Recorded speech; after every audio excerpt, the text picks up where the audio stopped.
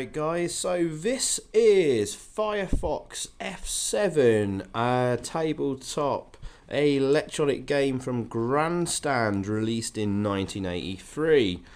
And I picked this up at the Play Expo Retro Gaming Convention in Manchester on Saturday just gone. That's the 10th of October. And I am really chuffed with this. I never owned one as a kid. And I only played one of these fairly recently. There's one on display and to use at the National Video Game Arcade in Nottingham, the kind of museum thing. And I thought it was utterly excellent. It's probably one of the best electronic games I've ever played. And so yeah, this was released in 1983 by Grandstand. I think it was renamed in other territories. I think it was called Astro Blaster in some places maybe, but most people know it as Firefox F7. Nothing to do with the Clint Eastwood movie that came out around about the same time, just a cheekily using the name with no connection. And actually, if you see here, I don't think the camera will focus very well, unfortunately. It's a crap camera. It's got the original price sticker on there from W.H. Smith's, £29.99. And that was quite expensive at the time. Ironically, I actually paid £30 for this. Yeah. So I paid the same price that the person who originally bought this paid for it. So what's on the box? Okay, yeah. Exciting space action, 3D effect, twin speaker sound. Yes. There's those speakers. And the box is in not bad condition. Same stuff on here. More interesting stuff on the sort of back side panel. Okay, forget it's in focus. Exciting 3D effect. Sound effects from twin speakers. Multicolored fluorescent screen. Oh, the screen looks gorgeous. 4th generation technology. If anyone knows what 4th generation technology means, please let me know in the comments. 3 skill levels, joystick fighter control, sound off switch, high and low speed. Yeah. Okay. What's really cool about this game is there's about 6 different phases or levels, and they're quite distinct and unique from each other. I think maybe 1 or 2 may repeat around a little bit. Yeah, that one and that one. Methinks, but this is quite astounding for the time, because most electronic games, they were just like one level that just repeated over and over and over and over, and just got more difficult as you progressed, and it was just like, you know, see if you can get the high score. This has levels, and I thought this was really cool. So without further ado, let's have a look inside the box. Yeah, it's getting a little tatty, the box, but this is in pretty good nick for 1983. Nice little touch of the Starfield pattern there on the inner lid. So without further ado, here she is. Look at that. That is a thing of beauty. Only in the 80s. See, you got the twin speakers. Obviously, the joystick there. Those are sound off and on switches for that speaker and that speaker. We've got the power on off, level select, start, and that is the fire button. I have to say the joystick on this, on mine unfortunately, isn't brilliant, but I found if I push it down like so and then move it like that using your thumb, it works perfectly fine. Maybe the spring's gone inside. Dare I open it up and fix? Okay, have we got anything else interesting? Just the battery compartment. It takes 4 C batteries. Oh god, they're springing out. They're a little tough to find these days, but you could probably find them in most supermarkets. Those 4 of them there cost me £4. No, actually 8 quid. It was £4 for 2, I think. Was it? Anyway, C cell batteries. But it does apparently allow you to take a power adapter to the mains to power this. I can't seem to find... Oh, there it is. There's the mains adapter. Yes. I think any universal mains adapter will probably work for it. Negative polarity. Doesn't... Oops, sorry. In the camera. Doesn't say what voltage to use. Anyway. Oh, just one last thing. What I was really surprised to find is that the instructions were still there. And they're pretty good, actually. Nice detailed instructions. You do actually need them to figure out what's going on in the game. And I will boot the game up shortly, and I'll do a full playthrough of all the levels for you, and I'll describe what is going on. See, there are quite a few instructions there. You actually really needed this. There's some quirky things to explaining it, but yeah. Well, we'll just start this off here, but I will try and zoom in. There we go. So I'll try not to get my reflection in there too much. But yeah, I will try and get some footage of the game more clearly. Just start the thing. Obviously, in this camera, it is crap. We're getting reflections there. But the fluorescence on this is awesome. There we go. Awesome. It looks the business. Yeah. So, we'll try and get some footage on the go. So let's start this off.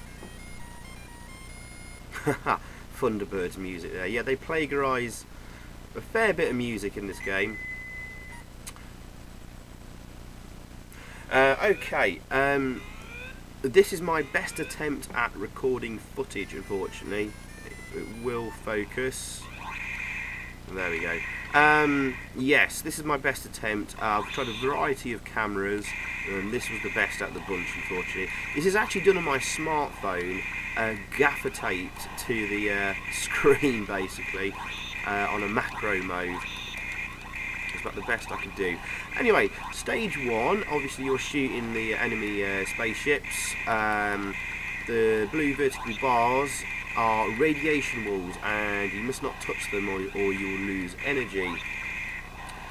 You target your ships, the enemy ships. You can only shoot them when they're in your iron sphere.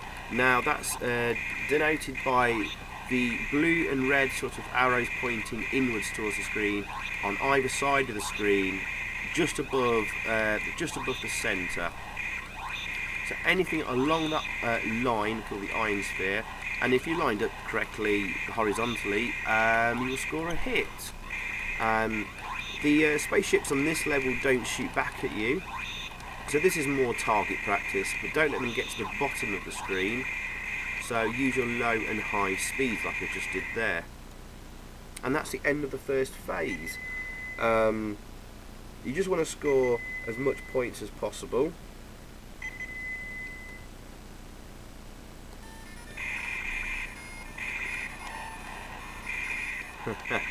And on stage 2 there's no radiation walls, but you have asteroids.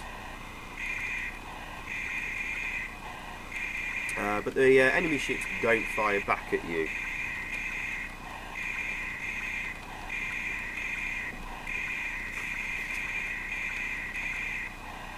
Yes, this phase will last for about 60 seconds, so generally most phases are sort of a timed affair, survive till the end of it. Some of them, though, you do have to shoot down a certain number of enemy ships or complete something specific. Right, just about the rest of the screen, what you can see around there, what the numbers mean and the bars and things like that. It's weird scoring mechanism, how they display the score. It's done in 3 parts. Right, in the top left corner where you see the number 1, that indicates your score in units of 100, so I've got 100 points.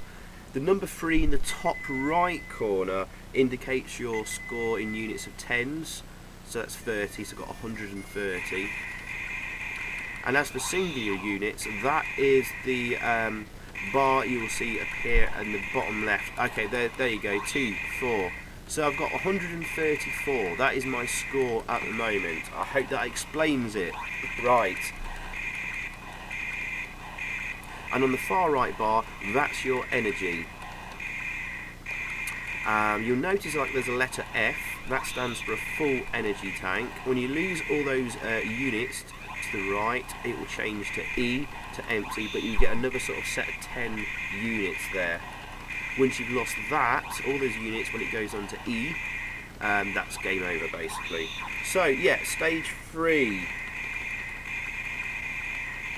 What you're going to try and do here is knock out 8 enemy fighters. Otherwise, the stage will end anyway after about 70 seconds. But if you notice, they have started firing back at me.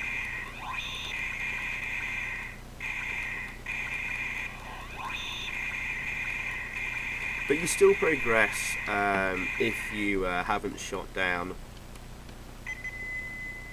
8 fighters, I believe. So we're on to phase 4 now, level 4. Oh, something new is appearing. This is called the enemy launch pads, where the ships are being launched from. You can't destroy the launch pads, but once again you have 70 seconds to knock out 8 enemy ships. And they have different patterns and they're firing back at you. Good use of your high and low speeds here will get you through this stage. Again, don't let them get to the bottom of your play area, because you may lose a unit of energy.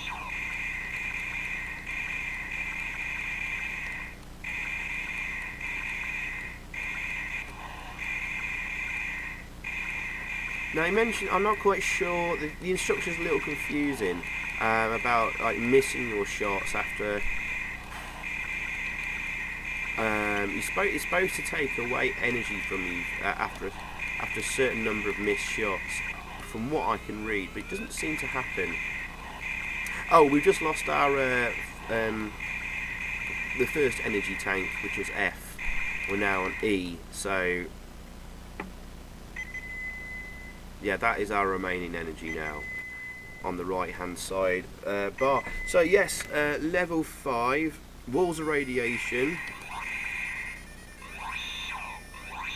and again we've got to knock out 8 enemy ships within a 70-second period.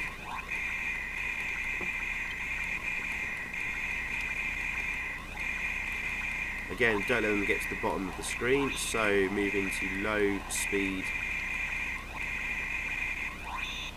Of course, yes, I think you only score 1 point if you hit an enemy ship in low speed.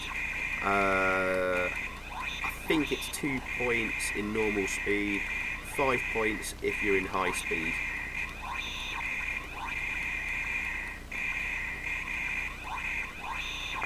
This is probably not my best run, because I'm having to try and play this rather awkwardly via the viewfinder on the camera. But soon enough we'll come on to the final stage, which actually will have a timer counting down from 300 seconds. And we've got to score 8 direct hits on the final enemy boss and base, which is that thing in the middle there. So yeah, you can see the countdown there. 16, 15, 14, 13, 12, 11, 10. But we managed to do it. Fantastic. So that was Firefox F7, 9 out of 10 from me. Utterly brilliant. And the game loops around for you to try and get the perfect score of 1,000 points and get a special ending music jingle. And of course there's 3 different difficulty levels to keep you coming back. Thanks for watching. So thanks for watching, guys. I hope you enjoyed that. If you did, please click a like below, leave a comment, and also subscribe if you haven't already. And over that way, there's another video for you to check out. Zypho, out.